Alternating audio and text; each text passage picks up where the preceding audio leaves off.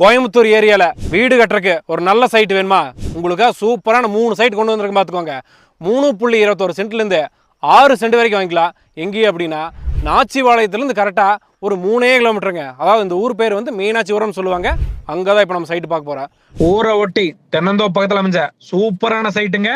இதுக்கு தார் ரோடு வந்து 30 அடி ஓட்டு வச்சிருக்காங்க. நம்ம சொன்ன 3 சைட்டுக்குமே வந்து உங்களுக்கு 30 அடி தார் ரோடு கிடைச்சிரு. நாளைக்கு நீங்க வீடே கட்டினீங்கனாலும் சரி, இபி சர்வீஸ், பைப் கனெக்ஷன் எல்லா வசதியும் கிடைச்சு போயிருங்க. 3.21 சென்ட் மொத்தமா சேர்ந்து 14,44,000 சொல்றாங்க. ரீசனபிளான ஒரு ரேட்டு.